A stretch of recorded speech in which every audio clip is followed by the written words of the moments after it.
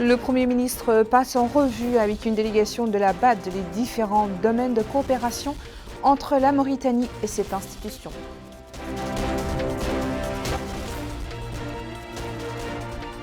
L'Assemblée nationale tient des plénières consacrées à la réponse de 3 ministres à des questions orales adressées par des députés.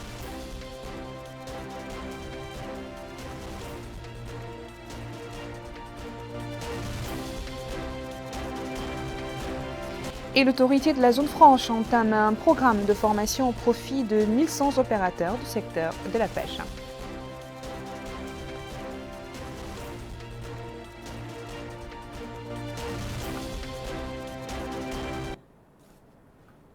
Bonsoir à toutes et à tous et merci de vous joindre à nous.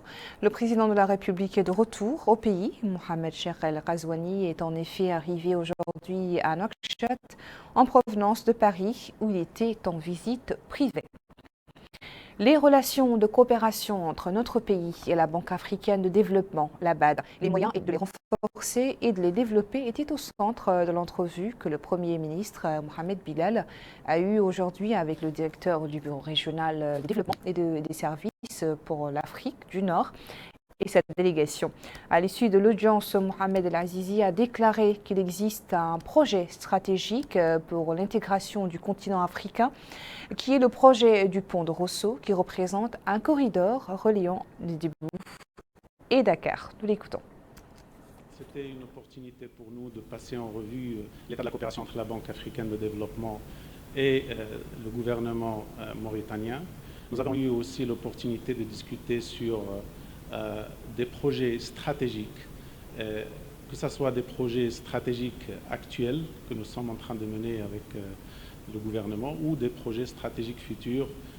Comme vous savez, actuellement, nous avons un projet très stratégique pour tout le continent qui rentre dans le cadre de l'intégration régionale. C'est le pont de Rosso pour qu'il soit même un corridor et développer un corridor entre Nouadhibou et Dakar.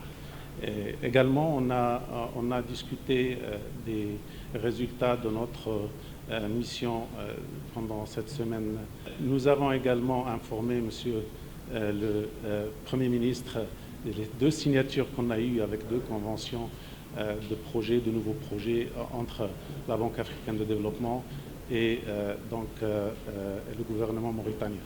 Voilà, donc c'est une coopération exemplaire et je voulais remercier pour la coopération exemplaire qui existe entre le gouvernement et la Banque africaine de développement. Auparavant, le directeur général du Bureau régional de développement et de promotion des prestations de services pour l'Afrique du Nord à la BAD et le ministre des Affaires économiques et de la promotion des secteurs productifs, Ousmane Mamadou Kane, avaient signé 2 conventions de financement d'un montant global de plus de 300 millions MRU. À quoi est destiné ce financement? Élément de réponse avec Mohamed Ratat. 310 millions MRU, soit 3 milliards 100 millions d'anciennes ouguiyat, telle est l'enveloppe globale de 2 conventions de financement signées aujourd'hui à Nouakchott par la Mauritanie et la BAD, la Banque africaine de développement. La première enveloppe finance un projet visant à promouvoir l'employabilité des jeunes dans le Brakna, tandis que la seconde a pour objectif de renforcer la gouvernance économique ainsi que la gestion des investissements publics. Les 2 conventions de financement ont été signées côté mauritanien par le ministre des Affaires économiques et de la promotion des secteurs productifs, M. Ousmane Mamadou Kane, et côté Banque africaine de développement par le directeur général du Bureau régional de développement et de promotion des prestations de services pour l'Afrique Nord, M. Mohamed El Azizi. L'occasion pour le ministre Ousmane Mamadou Kane de préciser que le premier protocole d'accord est relatif à 3 millions d'unités de compte destiné à appuyer l'employabilité des jeunes âgés de 15 à 24 ans dans la wilaya du Brakna et qui se trouvent en dehors du système éducatif, sans formation et sans emploi. Ce projet d'appui à l'emploi des jeunes au Brakna, complémentaire avec un autre projet d'employabilité des jeunes dans d'autres régions, Nouakchott, Trarza, Guirimaka, Assaba et les 2 Hautes, s'articule autour de 2 composantes relatives notamment à l'appui à l'intermédiation à travers la fourniture d'informations et l'orientation des jeunes dans leur domaine, dans leur démarche de recherche d'emploi. La deuxième composante a trait au renforcement des compétences de cette jeunesse à travers le coaching et le placement pour des stages de courte durée dans des sociétés exerçant dans des secteurs porteurs de la wilaya du Brakna. Ce projet prévoit aussi des appuis financiers directs à travers le financement d'activités génératrices de revenus. Cet appui s'inscrit en droite ligne des priorités nationales et vient amplifier les efforts consentis pour concrétiser les engagements du président de la République, son Excellence M. Mohamed Cheikh El Ghazouani, en matière d'emploi des jeunes. Monsieur le Directeur général, Mesdames, Messieurs, le deuxième protocole d'accord, d'un montant de 3 millions d'unités de compte, est destiné au projet d'appui à la gouvernance économique et à la gestion des investissements publics. Il vient accompagner les efforts du gouvernement en vue d'asseoir les bases d'une gouvernance économique efficace et améliorer la gestion des investissements. Il apportera aussi un appui technique à l'Agence de promotion des investissements, APIM, aux structures en charge des PPP et du suivi des investissements. Le projet apportera enfin une assistance au CIMAM, à la Chambre de commerce et à la préparation de la table ronde des bailleurs de fonds du pays pour le financement du plan quinquennal 2021-2025 de la SCAP. Ces deux signatures témoignent de la coopération fructueuse et multiforme qui lie notre pays à votre institution. De son côté, le directeur général du Bureau régional de développement et de promotion des prestations de services pour l'Afrique Nord a souligné que la BAD, la Banque africaine de développement, demeure l'un des principaux partenaires au développement de la Mauritanie.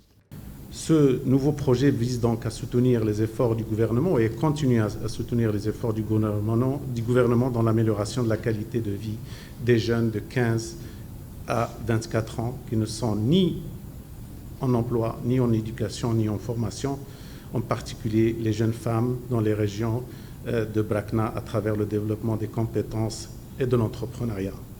Le second projet pour lequel nous sommes réunis aujourd'hui est le projet d'appui à la gouvernance économique et à la gestion des investissements.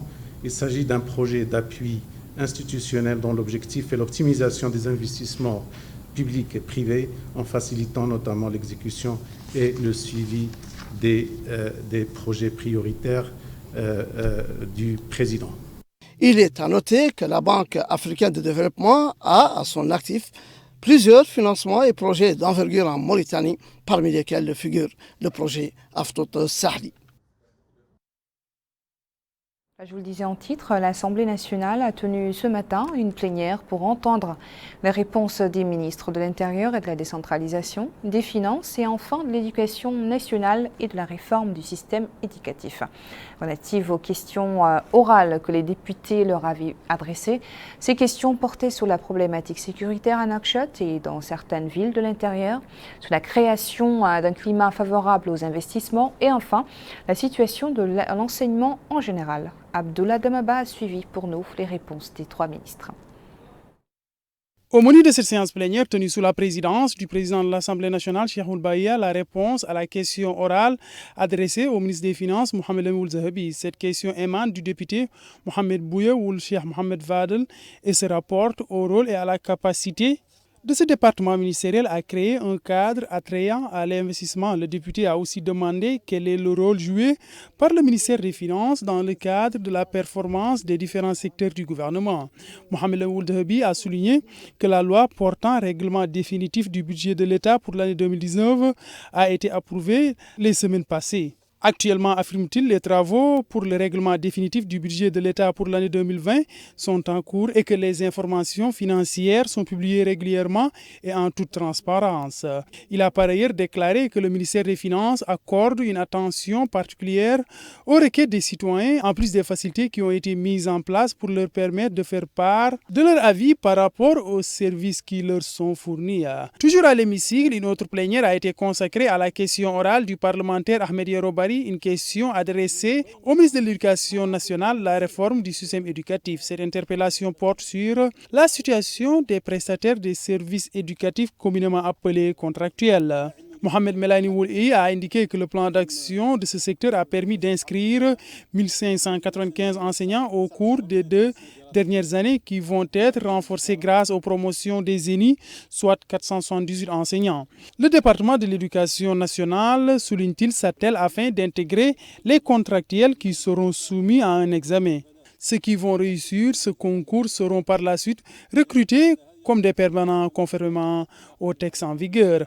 Enfin, la question orale du député Aïcha Mint Sidi Mohamed Bouye a aussi fait l'objet d'une plénière adressée au ministre de l'Intérieur et de la décentralisation, Mohamed Saleh Ould-Merzoug.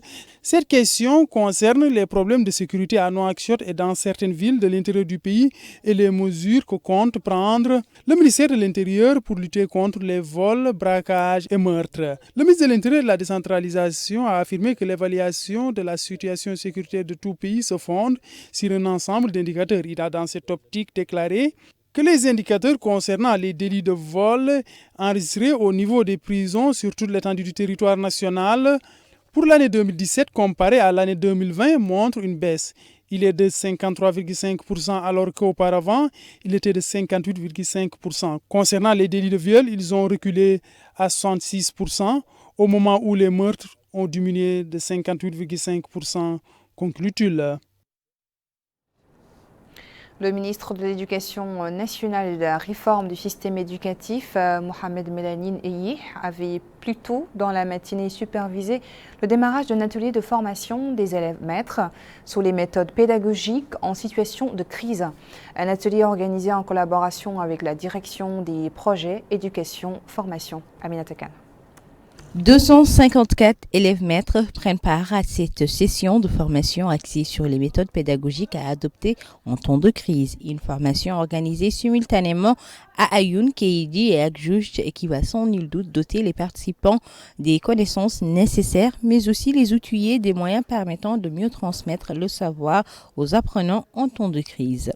S'exprimant à cette occasion, le ministre de l'Éducation nationale et de la réforme, Mohamed Melanine Eyih, a d'emblée indiqué que cette rencontre a pour but de renforcer les capacités des élèves maîtres pour que ces derniers puissent éduquer les enfants dans les meilleures conditions.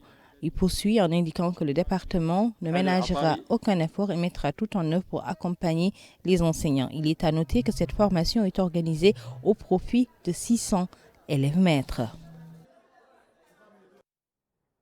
L'actualité nationale marquée par ailleurs ce lundi par la visite du ministre de la Santé, Sidi Zahaf, à la Centrale nationale d'achat de médicaments essentiels et de fournitures médicales CAMEC et ses antennes. Objectif, s'informer sur l'état du stock en médicaments ainsi que leur qualité et les conditions de conservation. Bakar Baylaba. Créée en 2002, la CAMEC, Centrale d'achat de médicaments et de consommables, exerce le monopole d'approvisionnement en antibiotiques et ravitaille les établissements sanitaires publics en médicaments essentiels à travers ses agences ouvertes dans tous les chefs-lieux régionaux du pays. Sur place, le ministre de la Santé, Sidi Ould-Zahaf, s'est informé de l'état de stock des médicaments et des conditions de conservation de ceux-ci, notamment les produits destinés aux malades mentaux, des cardiopathies et l'insuline, en plus des vaccins et les traitements des cancers. Il a été également édifié sur le fonctionnement de la centrale, ses sources d'approvisionnement et le niveau actuel de sa couverture des besoins nationaux en médicaments. Au cours d'une réunion tenue avec le ministre, le directeur général de la CAMEC, Cheikh Ould-Zaidan, a indiqué que cette institution a pris toutes les dispositions pour garantir l'approvisionnement régulier en médicaments de qualité de toutes les pharmacies et de tous les points de vente sur l'ensemble du territoire national. Les grandes orientations, en tout cas, du ministre et du gouvernement, c'est surtout la disponibilité des médicaments. Maintenant, je pense qu'aussi l'occasion a été permise à la centrale d'achat, au staff, de ressortir les différents problèmes rencontrés au niveau de la centrale d'achat, entre autres le stockage, les aires de stockage. Je pense que vu le besoin national qui vraiment dépasse en tout cas ces aires de stockage et aussi la centrale d'achat aussi demande en tout cas plus de personnel qualifié en tout cas pour pouvoir en tout cas gérer ces médicaments. Autre recommandation sortie de cette visite par Excellence ministre de la Santé, c'est surtout aussi de faire à court terme, en tout cas de solutionner les problèmes de rupture et à long terme, en tout cas de manière définitive, sortir de ce problème lié surtout cette rupture des médicaments et aussi, en tout cas, limiter. On ne pourrait jamais dire arriver à zéro péremption, maintenant limiter en tout cas ces péremptions. Pour rappel, la Mauritanie fait partie des 16 États sur 47 de la région africaine de l'OMS qui ont signé le traité d'établissement de l'Agence africaine du médicament. Notre pays, à l'instar de la communauté internationale, a célébré aujourd'hui la journée internationale de la fonction publique. L'occasion pour le ministre de ce département, Kamara Salum Mohamed, d'expliquer que cette journée a pour objectif de permettre une fonction publique performante, de qualité et accessible à tous. Amina Khlida. La commémoration de la 8e édition de la Journée internationale de la fonction publique a été organisée sous le thème « Une journée de réflexion sur le contexte de la fonction publique ». Elle a pour but de mettre en valeur le travail des agents de la fonction publique, d'encourager le choix d'une carrière dans l'administration publique et de valoriser la contribution du secteur public au processus de développement. La journée de réflexion, organisée par le ministère de la fonction publique et du travail, a donné l'occasion au ministre Kamara Salum Mohamed de revenir sur les premières réformes entreprises par son département. Cette journée de commémoration est inscrite dans un contexte particulier, expliquant le contexte de la fonction publique, s'inscrit sur 2 ou 3 principales valeurs qui sont la performance, la qualité et l'accessibilité à tous. Les premières réformes se sont focalisées sur la restauration des valeurs professionnelles comme la légalité, le mérite, l'efficacité et la probité. Messieurs, Madame, pour asseoir une fonction publique accessible, transparente, axée sur le droit et la justice, il faille alors désormais une fonction publique ignorer la logique des moyens pour celle des résultats, répondant aux exigences des citoyens, aux incitations des acteurs internationaux, des actions internationales, une valeur directement inspirée du secteur privé et qui est aujourd'hui à la mode. Seul outil de développement reste la performance axée sur la formation, la motivation de l'agent et les compétences et ses citoyens. Au cours du lancement des travaux de cette journée commémorative, le ministère de la fonction publique et du travail était accompagné par son collègue de la transition numérique, de l'innovation et de la modernisation de l'administration, M. Abdelaziz Ould Dahi. Le ministre de la Culture, de la Jeunesse, des Sports et des Relations avec le Parlement, porte-parole du gouvernement, était lui l'hôte aujourd'hui de l'autorité de la publicité et de la maison de la culture. Mokhtar Dahi plutôt a profité de la visite de ces 2 institutions pour exhorter leurs responsables à s'armer de la culture, des résultats et de l'action. Bokar Baylaba. Première étape, le siège de l'autorité de régulation de la publicité. Sur place, le ministre de la Culture, de la Jeunesse, des Sports et des Relations avec le Parlement, porte-parole du gouvernement, Mokhtar Ould Dahi, a été édifié sur le fonctionnement de cette instance et sur la situation de l'établissement et son importance pour l'économie nationale et le développement de l'audiovisuel. Des explications fournies par la présidente de l'instance. Cette visite a été également l'occasion de mettre en relief les principaux handicaps qui se dressent devant cette instance naissante et les réalisations accomplies par l'autorité. Au cours de la période écoulée, 15 autorisations de publicité ont été octroyées, en plus de la réalisation d'une enquête complète sur la scène de la publicité à Nouakchott. Seconde étape, la Maison de la Culture qui comprend 3 directions, le Musée national, la Bibliothèque nationale et l'Institut mauritanien de la recherche et de la formation dans le domaine du patrimoine. Le ministre s'est rendu dans le Musée national où il s'est informé sur les vestiges exposés avant de visiter la Bibliothèque nationale et ses salles de lecture. Il a en outre visité les manuscrits se trouvant à l'Institut mauritanien de recherche et de formation dans le domaine du patrimoine et qui sont estimés à 100 000 manuscrits. 39 000 de ces manuscrits ont été entretenus jusqu'à présent. Mokhtar Ould Dahi s'est aussi informé sur les efforts déployés par les 2 sections du patrimoine oral et des vestiges pour protéger le patrimoine culturel du pays. Durant les 2 étapes, il a été question de faire preuve de probité dans la gestion des personnels conformément au principe de la récompense et de la sanction dans le but de réaliser de bons résultats dans l'intérêt de la nation. Nous allons à présent nous rendre à Nouadhibou, où l'actualité est d'abord dominée par le lancement aujourd'hui par l'autorité de la zone franche du programme de formation au profit de 1100 opérateurs économiques du secteur de la pêche.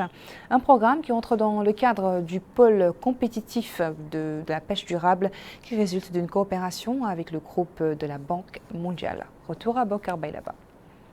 Plus de 1000 acteurs dans le secteur des pêches bénéficient de cette formation afin de renforcer les capacités de ces derniers dans le secteur des pêches. Cette activité rentre dans le cadre du programme de renforcement des capacités des opérateurs économiques et a été réalisée grâce à la collaboration entre l'État et les partenaires au développement locaux et internationaux. Le président de l'autorité de la zone franche de Nouadhibou, Mohamed Ali Oulsidi Mohamed, a déclaré que cette formation est très importante et rentre dans le cadre du programme du chef de l'État, mais priorité programme qui affirme-t-il est mis en œuvre par le gouvernement du Premier ministre. Il a aussi indiqué que l'objectif est de doter les citoyens des capacités nécessaires afin qu'ils disposent des aptitudes leur permettant de participer au développement du pays et à l'essor de la zone franche de Nouadhibou en particulier. Ahmedou Chérif, coordinateur du projet de renforcement des capacités des acteurs du secteur de la pêche, a indiqué que cette formation qui va durer 4 mois permettra de renforcer les capacités des acteurs. Ces derniers, précise-t-il, vont être formés dans la transformation des produits de pêche, le travail des femmes évoluant dans les usines du secteur des pêches, la commercialisation des produits de mer, entre autres. Il a enfin précisé que plus de 50% des bénéficiaires de cette formation sont des femmes. Le lancement de cette activité s'est tenu en présence du ministre des Pêches et de l'Économie maritime, du ministre de l'Emploi, de la formation professionnelle, du Wali et maire de Nouadhibou et des autorités sécuritaires de Sédulaya. Merci Abdullah Damaba. Nous restons dans la capitale économique dans laquelle le ministre de l'Emploi et de la formation professionnelle a visité les établissements relevant de son département. Taleb Sid Ahmed a souligné la nécessité pour l'État de former une main-d'œuvre spécialisée au regard de son rôle dans le domaine économique. Mohamed Khatat. L'école d'enseignement technique et de formation professionnelle de Nouadhibou, plus connue sous l'appellation Centre Mamadou Touré, a reçu ce matin la visite du ministre de l'Emploi et de la formation professionnelle, M. Taleb Sid Ahmed, accompagné du Wali de Dakhlet Nouadhibou, M. Yahya ou le Cheikh Mohamed Val, en tournée dans certains établissements relevant de son département.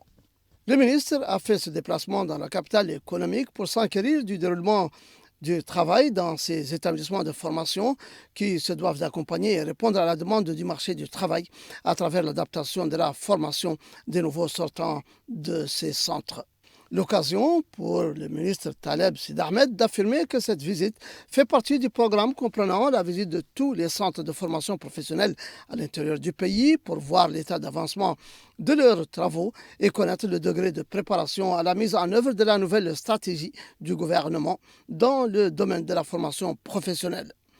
Une nouvelle stratégie, a-t-il dit, axée sur la nécessité de l'adaptation de la formation de nouveaux sortants de ces centres avec les exigences du marché du travail. Le ministre de l'Emploi et de la formation professionnelle a indiqué que son département a consenti d'énormes efforts pour augmenter la capacité d'absorption de ces centres avec la qualité requise afin de combler la pénurie constatée au niveau de certaines spécialités et partant qu'il est nécessaire pour chacun de prendre conscience de l'importance de la formation professionnelle, soulignant que ce n'est pas parce qu'on a raté ses études qu'on va à la formation professionnelle, mais parce que l'État a besoin d'une main-d'œuvre spécialisée au regard de son rôle dans le domaine économique. Il a appelé les acteurs économiques à donner une opportunité d'apprentissage aux jeunes formés pour parfaire leur formation et redonner confiance à la main-d'œuvre mauritanienne et ses compétences l'année prochaine devant connaître une amélioration de la qualité de la formation. Le guichet Teshqil pour l'emploi à Nouadhibou a été la seconde étape de cette tournée où le ministre a écouté les explications sur le déroulement de l'opération de financement de projets lancée par le ministère dans le cadre du programme Mon projet, mon avenir. Voilà une dernière activité avant de quitter Nouadhibou, celle organisée par le commissariat aux droits de l'homme à l'action humanitaire et en relation avec la société civile. Relative à la création des forums régionaux non gouvernementaux, il s'agit de renforcer les compétences des organisations de la société civile, notamment en termes de connaissance des lois pour la protection de la dignité humaine. Aminata Khan. Lancement à Nouadhibou, la capitale économique, des ateliers de sensibilisation sur les lois 004-2021, 017-2020 et 031-2015. Il s'agit de la mise en œuvre du processus des forums régionaux de la société civile sur toute l'étendue du territoire national. Ces rencontres visent également à renforcer les capacités des organisations de la société civile pour être un partenaire dans l'application des lois, ce qui représente un bond qualitatif pour notre pays. Ouvrant les travaux de la rencontre, le commissaire aux droits de l'homme, à l'action humanitaire et aux relations avec la société civile, Cheikh Ahmed Ould Sidi, a souligné que ces lois traduisent la volonté du gouvernement de faire progresser le secteur associatif et de protéger les droits de la dignité de l'homme en pénalisant toutes les formes de traite des êtres humains, ajoutant que la loi 004-2021 constitue un cadre juridique qui dénote de l'effort des pouvoirs publics tendant à promouvoir la présence de la société civile dans le renforcement de l'état de droit, de la mise en œuvre et du suivi des politiques de développement. Ces textes, dira-t-il, présentent des nouveautés dont les plus importantes sont l'introduction du système de permis en lieu et place du système d'autorisation préalable et des dispositions liées au plein respect des accords cadres et des accords de siège signés entre l'État et les ONG de la société civile. Au commissaire aux droits de l'homme et à l'action humanitaire d'ajouter que le commissariat a mis en place un système d'information qui permet de suivre et d'évaluer le travail du secteur associatif et de suivre son rythme et celui de sa profession selon une stratégie nationale qui a été préparée pour promouvoir la société civile. Lui succédant, le maire de Nouadhibou, El Khassem Ould Bellali, a salué le choix de la ville de Nouadhibou pour organiser ces ateliers de sensibilisation qui portent sur la dynamisation des lois liées au rôle de la société civile dans l'application des lois. Le lancement de ces ateliers de sensibilisation s'est déroulé en présence du wali de Dakhlet Nouadhibou, Yahya Ould Cheikh Ahmed Val, du président du conseil régional de Nouadhibou, des élus, des autorités administratives et des cadres du commissariat aux droits de l'homme, à l'action humanitaire et aux relations avec la société civile. Retour à Nouakchott et toujours dans le cadre des droits de l'homme, à noter la visite du président de la Commission nationale des droits de l'homme, CNDH, Maître Ahmed Salem Bouhoubeni, à la prison civile de Darnaïm pour justement s'assurer que les détenus jouissent de leurs droits et de l'application des procédures légales en vigueur. Le président de la CNDH a reçu des explications fournies par les responsables pénitentiaires sur la situation des détenus et sur le respect des procédures liées aux droits des détenus. Au terme de cette visite d'inspection, Maître Ahmed Salem Bouhoubeni a livré son constat. C'est une initiative de la Commission nationale des droits de l'homme. Elle porte sur la visite de l'ensemble des prisons. Mais cette fois-ci, la particularité, c'est que nous allons voir les prisonniers un à un et voir l'ensemble de leurs dossiers, leur situation. Est-ce qu'ils ont un avocat? Est-ce qu'ils sont en détention préventive? De quoi ils souffrent? Quelles sont les remarques qu'ils veulent donner à la Commission nationale des droits de l'homme? On considère qu'ainsi on apporte un grand soutien au pays. Pourquoi? Parce que les prisons doivent être des lieux de réhabilitation. Et si les institutions jouent leur rôle correctement, en principe, quelqu'un qui vient en prison, il ne doit pas revenir et on ne doit pas le compter parmi les récidivistes. Et nous le faisons en partenariat avec le ministère de la Justice pour faire en sorte que les prisons respectent les normes. Ce partenariat avec le ministère de la Justice est d'autant plus important que tout dernièrement, on a donné des remarques concernant des dossiers qui traînent au niveau de l'appel. Et le ministère de la Justice a pris immédiatement une circulaire qui a permis de régler les questions qui étaient posées. Manière de prendre en compte les droits des prisonniers. On commence par Darnaïm, mais on fera les autres prisons par la suite. L'éducation, nous en reparlons avec le lancement ce matin à Ayoun, capitale du Hod El Gharbi, des travaux d'un atelier de formation au profit des élèves enseignants sur les méthodes pédagogiques en cas de crise. Les participants à l'atelier seront initiés sur les méthodes à suivre en cas de crise. Fatima Toumoulazi nous en dit plus. Le lancement de cet atelier de formation des élèves maîtres portant sur les méthodes pédagogiques suivies en situation de crise a eu lieu au sein de l'école normale des instituteurs à Ayoun. L'atelier vise à doter les enseignants de compétences et du savoir-faire nécessaires pour qu'ils soient en mesure de s'adapter aux situations de crise et d'urgence. Le secrétaire général du ministère de l'Éducation nationale et de la réforme du système de l'enseignement, M.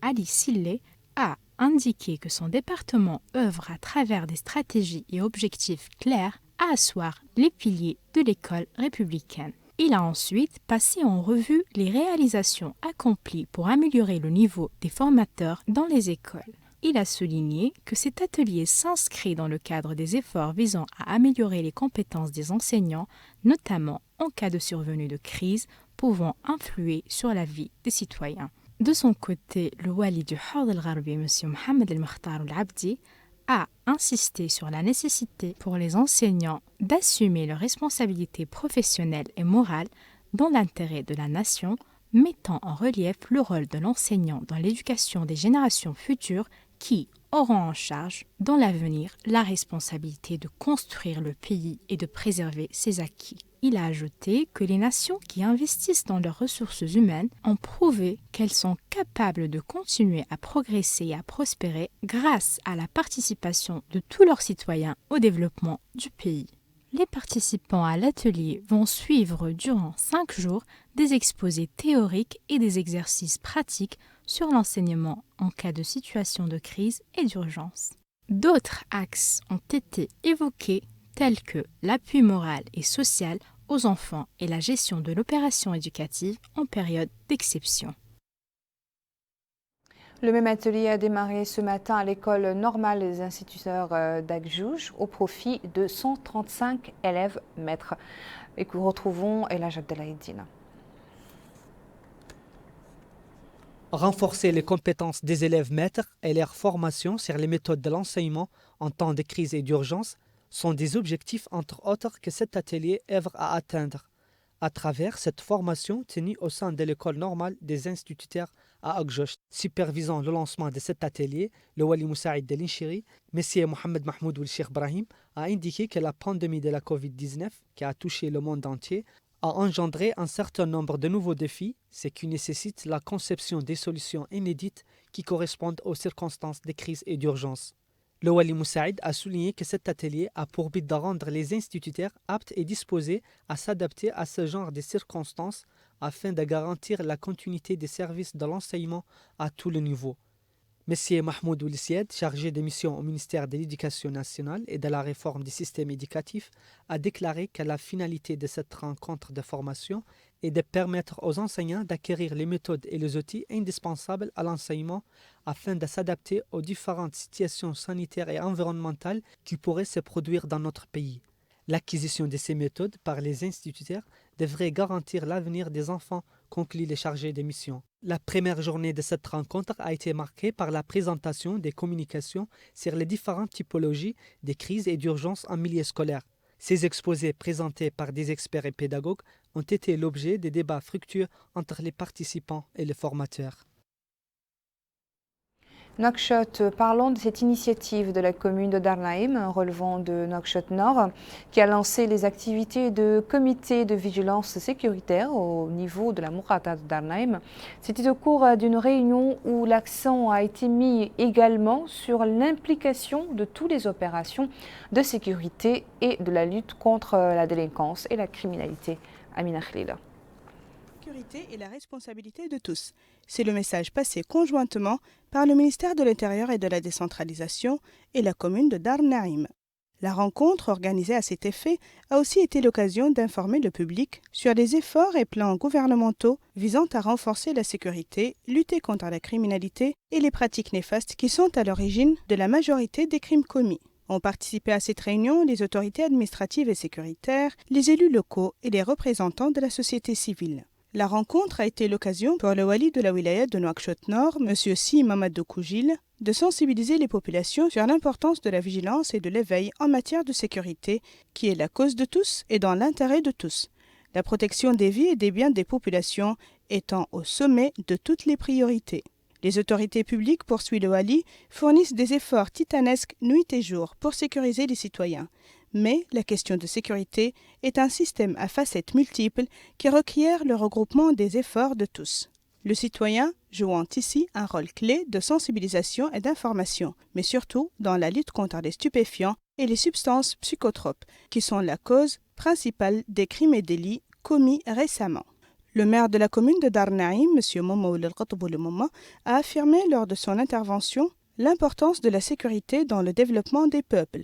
Il a appelé les citoyens, membres de la société civile et notables de la commune de Dar Naïm, à participer activement à la mise en œuvre du programme de sécurité nationale afin de protéger les citoyens, préserver leurs biens et faire face à tous ceux qui comptent y porter préjudice. Les intervenants ont apprécié cette initiative inclusive qui fait du citoyen un réel acteur de la sécurité qui est déjà au centre des intérêts des pouvoirs publics. Ils ont, à la fin, exprimé leur volonté d'adhérer au processus et de remplir le devoir national de protection des vies, de l'intégrité physique et morale des populations. Place à présent à l'actualité pluviométrique. Ces dernières quelques heures, précipitations ont été enregistrées dans différentes zones du pays. Le RAC du ministère de l'Intérieur et de la décentralisation a enregistré les quantités de pluie que je vous invite à découvrir.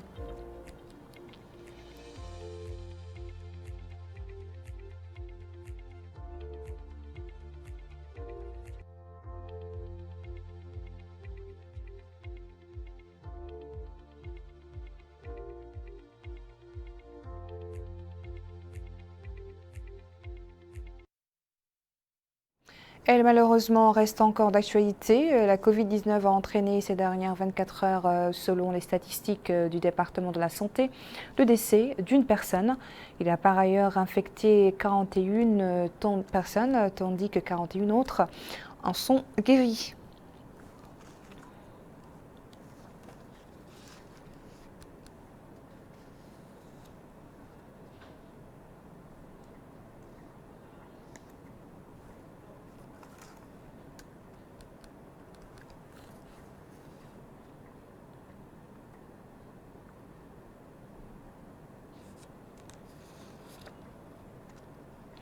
L'opération de remise des cartes d'assurance maladie de la CNAM se poursuit. Au niveau d'Exeb 1, plus de 1000 citoyens vont bénéficier de ce fameux document. Déjà, des familles dans cet arrondissement ont reçu leur carte d'assurance et s'en réjouissent, comme nous allons le découvrir dans ce reportage de Nejia Jikani.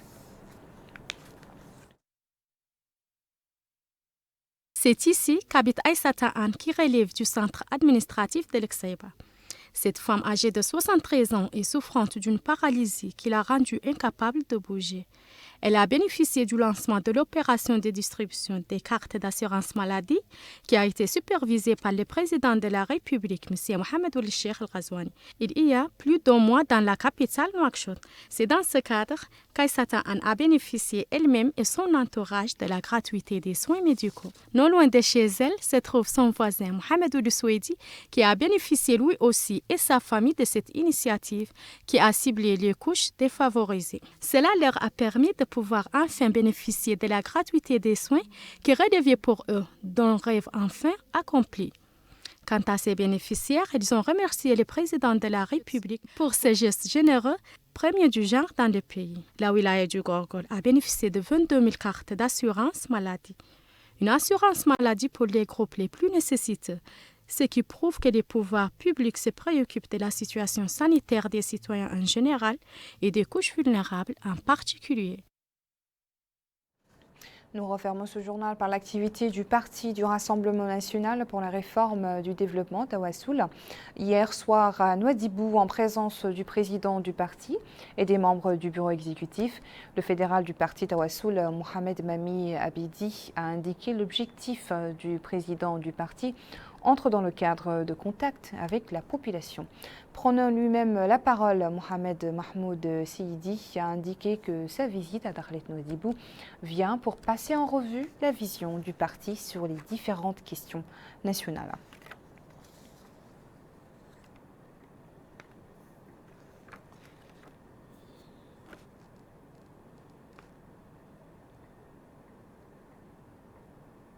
Voilà pour cette édition. Merci à vous de votre attention. Le rappel des principaux titres. Le Premier ministre passe en revue avec une délégation de la BAD les différents domaines de coopération entre la Mauritanie et cette institution.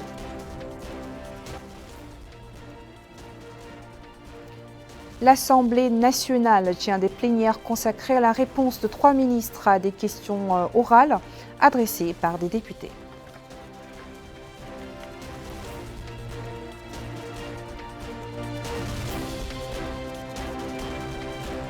L'autorité de la zone franche entame un programme de formation au profit de 1100 opérateurs du secteur de la pêche.